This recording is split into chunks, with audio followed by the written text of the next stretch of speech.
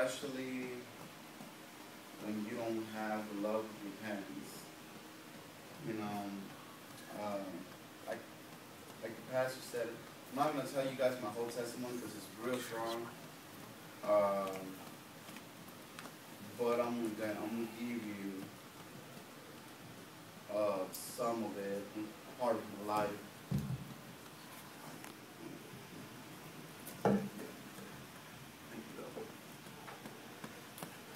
I was growing up in the streets of California. I became a gang member when I was 11. I got kicked out of my house like 2 months after I became a gang member. I was living in the streets pretty much ever since then. It was hard for me because I was sleeping in parks, cars, anywhere where I can find. But the hardest part was that I couldn't leave my house without a weapon. I was always carrying a weapon for my own protection. I got to see things that any little kid wouldn't want to see at the age of 11. I got to see my best friend die in my own arms when we were involved in a gun shooting around my house. I lost so many friends, or I would say so-called friends, because living in gangs is really not anything exciting or calling a family. Yeah, they will invite you in, they will treat you like family and all that, so you will become part of the gang. There's really no future in it. I started growing up in it. I started selling drugs. I started, doing everything they were telling me to do. And it got to the point that I wasn't satisfied completely. I had to start hurting people. I started off a little bit, maybe 1-2 people a day. Then I wasn't satisfied even more. My satisfaction had to increase as the time went by. I started hurting people like 4 or 5 a day, to the point that I had to hurt from 20 to 25 people. And not hurting by telling somebody you're ugly or hitting them. When I say hurting the person, I had to have their own blood in my hands for me to be happy. If I didn't hurt anybody during that day, it was like I wasn't happy. No matter what, I had to hurt somebody. I didn't care if I had to go at 1 in the morning and start hurting somebody. It's like I slept during the day, but I was awake during the night. When you're in a gang, they give you a nickname. And the nickname has to, how can I say this? It has to fit you. When I jumped in, I didn't get a nickname until after like 2 months. And the reason I got my name was because we were in a party one day, and one of my fellow gang members was just taunting me. Like, I was the youngest one in there, and he was just telling me, I don't know what you got in, you're not gonna do anything, you're worthless, you're nothing, you're just gonna be another snitch, another rat, So I got fed up with it, and I told him, well, I'm gonna prove you wrong, and we're gonna step out here and we're gonna fight. So we went and we started fighting. That's when my whole story begins.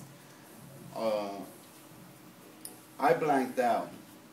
And it's not that I blanked out because he hit me. I felt this fire inside me. And I completely just lost it. it got to the point that 3 of my friends had to pull me away from him. But my strength was just so intense that I managed to get away from them. At the age of 11, an 11-year-old will not have so much strength. And I managed to get away from them, and I went over there and I started hurting him even more. When I noticed it, I had like 7, 8 people on me.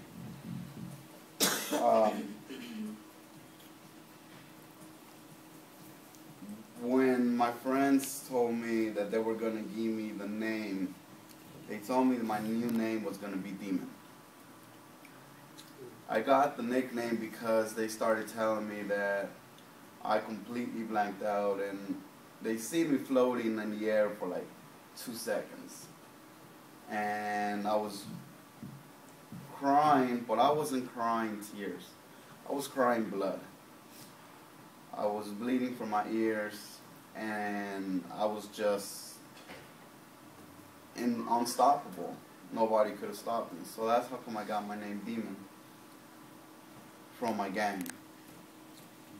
Then it just started getting worse until one day I was at another party, and that's when I had one of the biggest tests there.